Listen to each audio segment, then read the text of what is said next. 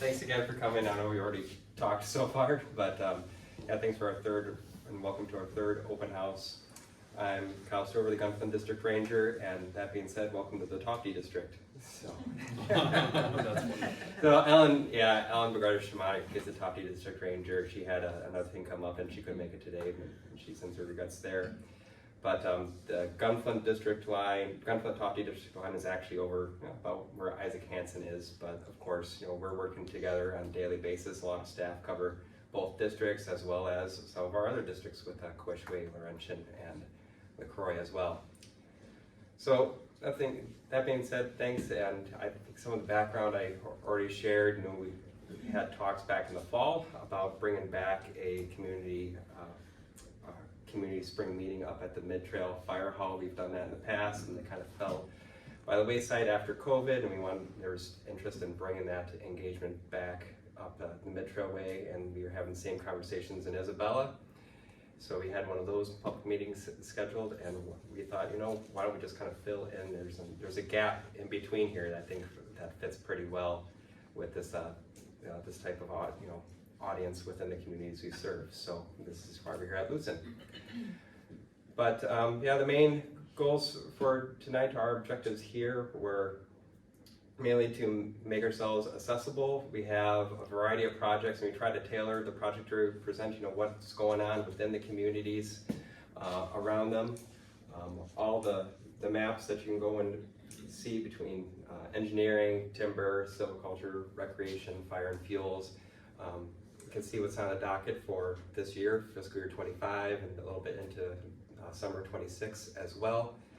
There's no new planning projects that we're kicking off with this at all. These are all ones that have gone through our NEPA process. They can be found on our website, but this is kind of our implementation of what's going on the ground for the upcoming year. So I know there's been questions in the community and whatnot. We'll try to answer what best we can. But our main objective here is just our accessibility and engagement, and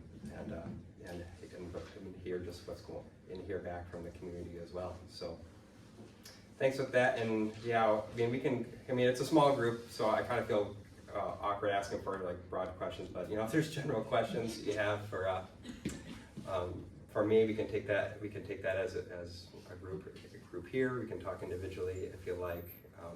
Tom, myself, Drew will be around the whole time. We'll be here till 6:30, but we really want to leave time itself to just go look at maps and talk with the specialists, ask more project-specific questions and what's going on in the woods around us. So, that being said, I know Joe, we talked a little bit. There were some questions out there. I mean, is there anything we want to address? If that's all right. Okay. I had a few questions too that came from community members, so Cook County residents that weren't able to come, and they were wondering a few things too. So I've got about 4 or 5 questions if I can. Somebody was wondering about all the attention about budget cuts and challenges that the USDA and Forest Service are facing right now. This individual was wondering if there are any positive stories happening on Superior National Forest that aren't getting attention, or just they're getting lost in sort of the repetitive focus on budget cuts in particular. So anything positive that's being lost in all this? So I think overall, that's kind of what we're here to highlight tonight, right? Is all of the positive things that are still occurring on the Superior National Forest. Whether that's the fuels projects that are on the docket when we have those windows, the amazing timber projects that are ongoing and how that feeds the economy, the local economy here, the recreation opportunities. The boundary waters are still open, our rec sites are still open. Those recreation opportunities, although there may be limitations in maintenance of trails and other things, where are those opportunities for us to engage with the public, for them to help to manage their public lands, right?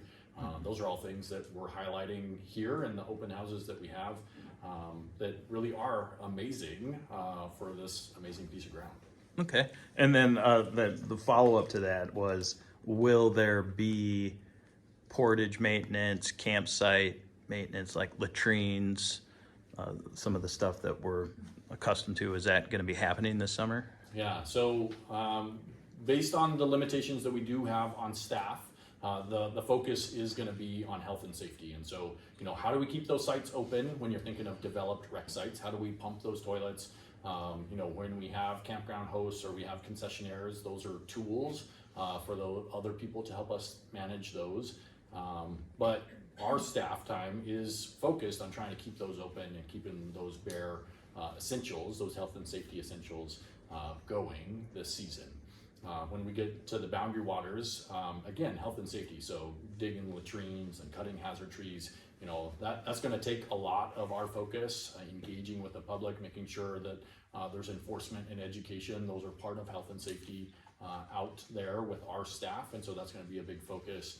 Probably the place that we're going to see some limitations is our ability to clear portages and trails in the boundary waters, and so where we work with partners, those are going to continue to be a really big part of how we accomplish those needs as well. I met with Joe Swanson from Friends of Superior National, I think they're called now, Northwoods Volunteer Connection formerly. Yeah, Friends of the Superior National Forest. Yeah, right. And she was saying that they have a pretty full docket for this year, but when you're talking about portage maintenance and like civilian people, users in the wilderness, what's the protocol? What should we do if we are a group of 4 or 5 and come across 2, 3, 4 balsam down in a row? Should we take the initiative to clear those and cut those? So I guess what I would ask is that we try to coordinate those efforts, right? Where we're able to, I'm not going to say don't go do the right thing, but there's also that limitation of we don't want there to be increased damage out in the wilderness. We don't want people to create new trails. There's a fine line of what the right thing is in everybody's mind. And so when we can coordinate that with the Forest Service, whether that's through our partners or a volunteer agreement or other things, that's the preference. That's really what we want people to be doing out on the landscape. Obviously, when there's partnership opportunities, whether that's Friends of the Superior National Forest or the BWCA, what is Boundary Waters Advisory Committee. Boundary Waters Advisory Committee. There's really good partnerships that may not just be limited to 1 or 2. There's a lot of work that occurs out of the Boundary Waters that are managing volunteers. That helps us to make sure that the right work is occurring. Obviously, if there's health and safety or other concerns, we want to prioritize that. I don't want people to get hurt out there doing something that may be dangerous. Okay. The front page of the Silver Bay Paper North Shore Journal today is the Gunflint and Kawishiwi Ranger Stations not doing permits this year, and of course NPR and Star Tribune. I mean, it's a big story. Yeah. What was the decision? Like, who made that decision? Why Gunflint and Kawishiwi? Why were those 2 chosen? Yeah, so this was completely staffing related. Unfortunately, those are the 2 places that had the biggest reductions of staff that took early retirement or deferred resignation program, those opportunities to reduce the size of the government. Those employees took that, and so it was a sheer happenstance that those are the locations.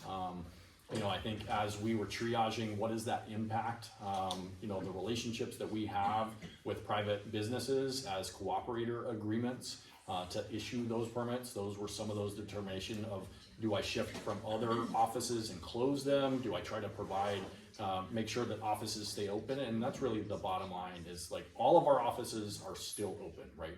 Our ability to staff them 7 days a week, our ability to provide all of the services that we all want, and we're all used to, those are limited, and that's really related to the resources that we have right now.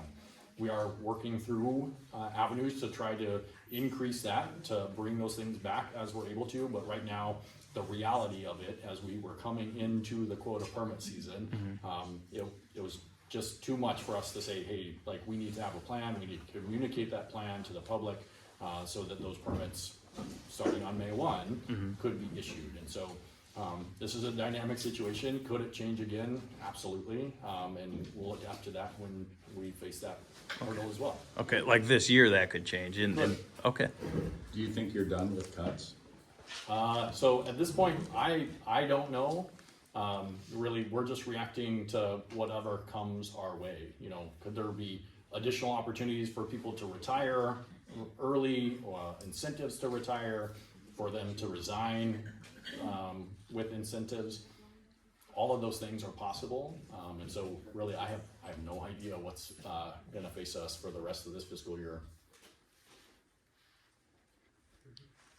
Our highway engineer in Cook County, Robbie Hass, has been talking about taking the grade and making that a county road.